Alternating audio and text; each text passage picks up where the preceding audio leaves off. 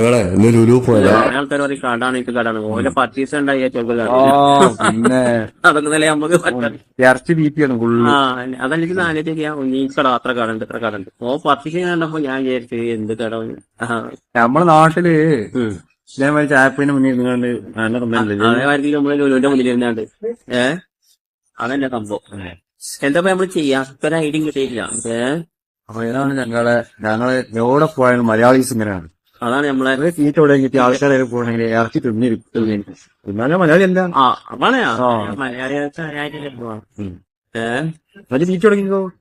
തിന്നല്ല പരിപാടി തന്നെയാണ്. എന്നാ നമ്മളെ ഓട്ടം ഉണ്ടല്ലോ അല്ലേ? ഓട്ടുണ്ടോ?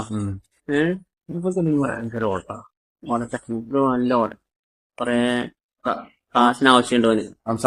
കാശിന് ആവശ്യം ഉണ്ടാവും. പിന്നെ ഹംസാക്കൊന്നും പിന്നെ എനിക്കൊന്നും വലിയ ആവശ്യമില്ല.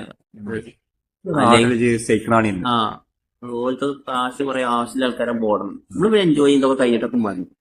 ഒന്നല്ലെങ്കിൽ നാളെ നമ്മള് ആറടി മണ്ണിൽ കിടക്കല്ല.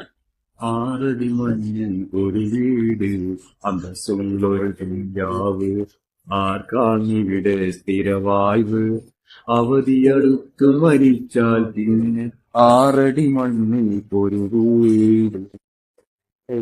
നിങ്ങളെന്നോ ഒക്കെ